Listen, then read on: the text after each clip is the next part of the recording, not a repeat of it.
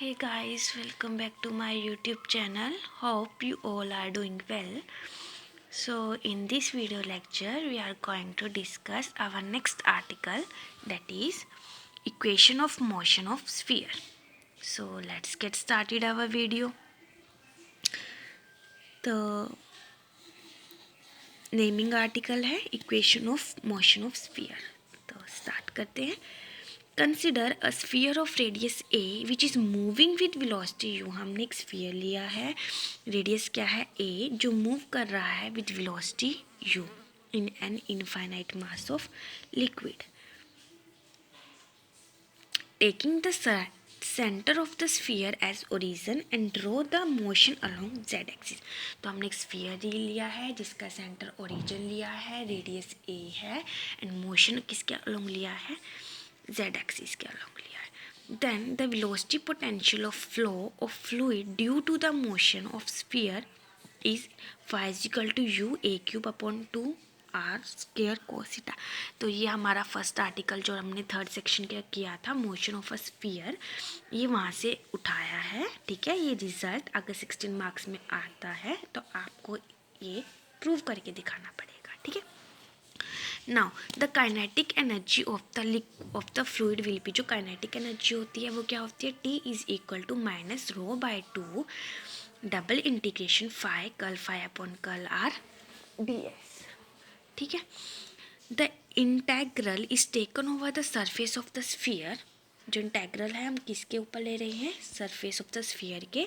Row is the density of the liquid and P be any point on the surface of the sphere. और जो रो है density है, P हमारा कोई point है on the surface of sphere. We know that normal is always along the radius of the sphere. हमें पता है कि जो नॉर्मल होता है वो अलोंग द स्फीयर रेडियस के अलोंग होता है. The sphere is said to be elementary circular disc and radius of such a disc. जो स्फीयर है उसको हम एलिमेंट्री सर्कुलर डिस्क कह रहे हैं. जो रेडियस है डिस्क की वो क्या है, ए साइन थीटा, एंड थिकनेस क्या है, ए डी थीटा. ठीक है, ये आपको लर्न करना पड़ेगा. Now elementary surface area of a circular disc at the point is. जो एलिमेंट्री सरफेस एरिया होगा इस सर्कुलर डिस्क का, जो हम स्फीयर को लेके चल रहे हैं किसी पॉइंट पे, वो क्या होगा, सरकमफ्रेंस इनटू थिकनेस. तो ds is equal to circumference of a sphere क्या होता है, 2πr, क्योंकि सर्कल की सरकमफ्रेंस लेंगे, राइट. सरकमफ्रेंस पे तो सर्कल ही आएगा. थिकनेस क्या है, ए डी थीटा. ठीक है, which is equal to 2πr a d theta. And जो आर हमारी रेडियस होती है वो क्या है, ए साइन थीटा. तो ए साइन थीटा पुट कर दिया तो किसके इक्वल आ गया, 2πa² sign theta d theta. ठीक है. अब using this value in equation 2 में वैल्यू यूज़ कर लीजिए, मतलब ds यहाँ पे पुट कर दीजिए. ds को यहाँ पे पुट किया तो ये आ गया. ठीक है. अब क्योंकि हमने बोला था जो हम इंटेग्रल ले रहे हैं ओवर द स्फीयर ले रहे हैं, तो इंटेग्रल कहाँ से कहाँ वेरी करेगा, 0 to π. ठीक है. Phi curl phi upon curl r at r is equal to a, ये ds की वैल्यू है. ठीक है. उसके बाद T1 is equal to minus rho by 2 integration 0 to π. Phi की वैल्यू रख दी, curl phi upon minus of curl phi upon curl r की वैल्यू रख दी, और ds हमारा एज इट इज चल रहा है. अब π/2 कॉन्स्टेंट, पाई कॉन्स्टेंट है, बाहर ले लीजिए. 2 कैंसिल विद एक 2 इसके साथ कैंसिल हो जाएगा, तो एक 2 बचेगा, वो ये है रो. यू मेरा कांस्टेंट है क्योंकि integration with respect to theta हो रही है. तो इसके अलावा जो भी क्वांटिटीज़ हैं वो बाहर आ जाएगी. अंदर क्या रह जाएगा, integration 0 to π cos² theta sine theta d theta. जब आप इसकी इंटीग्रेशन करेंगे तो कैसे करेंगे, सी हमारे पास ये है जिसकी हमने इंटीग्रेशन करनी है, राइट. तो आप कोस थीटा को अगर वाई पुट करते हैं तो यहाँ पे क्या आ जाएगा, इसकी जब आप इंटीग्रेशन करेंगे sine theta d theta is equal to dy. ठीक है. तो y²,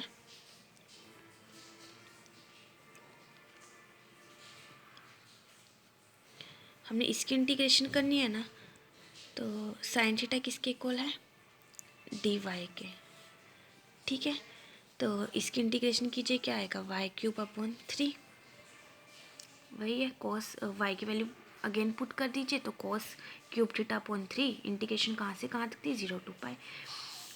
तो जब आप लिमिट्स पुट करेंगे तो क्या आएगा, माइनस कॉस क्यूब पाई, माइनस माइनस आता है ना, तो माइनस माइनस प्लस, क्योंकि एक माइनस हमारा कोस के साथ भी है, plus cos cube 0 minus cos cube pi, pi पे कितना होता है -1, 0 पे क्या आता है 0, तो -1 plus one plus one plus one 2, तो इसकी वैल्यू क्या आ गई 2 3, ये सेम एज इट इज, ठीक है, विच इज इक्वल टू, ये 2 cancel with this 1/3 pi rho a cube u square, ठीक है। अब हमने क्या किया, 4 से मल्टीप्लाई 4 से डिवाइड कर दिया, ठीक है। उसके बाद इस पूरी टर्म को हमने क्या पुट किया है, m dash, where m dash is equal to 4/3 pi a cube rho, ठीक है। अब वेयर एम डैश, जहाँ पे जो एम डैश है वो क्या है, mass of liquid displaced by the sphere.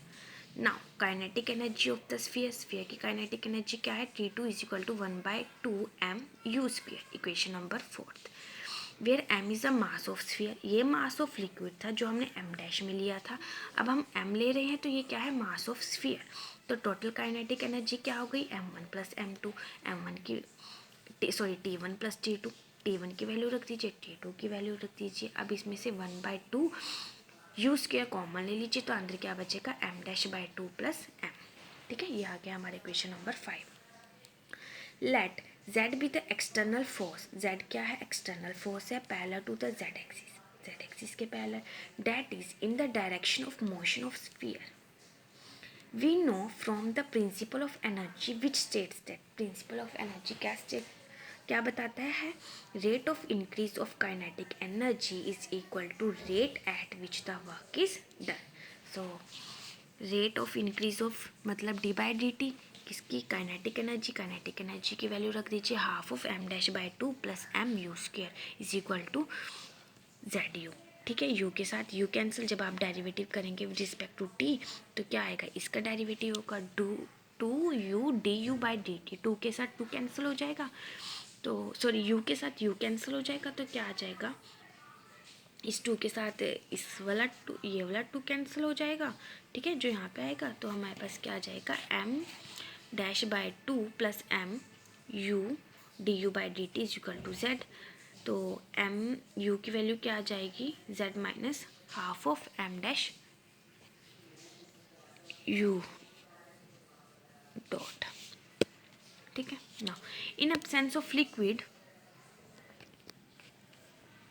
In the absence of liquid, liquid के एब्सेंस में एम डैश 0 हो जाएगा, क्योंकि एम डैश हम क्या ले रहे थे, mass of liquid, implies m dash मेरा 0 हो गया, तो यहाँ पे m u dot is equal to z आ गया। Equation number 7, comparing equation number 6 and 7, it shows that liquid exert a resistance of amount half of m u dot, let z be the external force where no liquid is present, हम मान लेंगे कि Z dash मेरा क्या है, external force है, जहाँ पे लिक्विड क्या है, प्रेजेंट है। Then z is equal to sigma minus rho z dash upon sigma, where sigma is the density of sphere and rho is the density of liquid, जहाँ पे सिग्मा क्या है, डेंसिटी ऑफ स्फीयर है, and rho क्या density of liquid है। Then equation number 6, जो equation number 6 है वो क्या बन जाती है, z is equal to m, मतलब आप इसको इधर ले, इस टर्म को इधर ले गए, तो z की वैल्यू क्या आ गई, m u dot plus half of m dash u dot को कॉमन ले लीजिए, तो अंदर क्या जाएगा, m प्लस m डैश, ठीक है।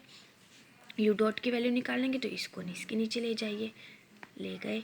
उसके बाद हमने क्या किया, z की वैल्यू पुट की है from there, z is equal to sigma minus rho by sigma z dash, ठीक है। उसके बाद ये थोड़ी सी कैलकुलेशन है, सॉल्व करना है तो कर लीजिए, अदरवाइज देख लीजिए। आई होप आपको समझ आया होगा। If you like the video please like share and subscribe, thank you.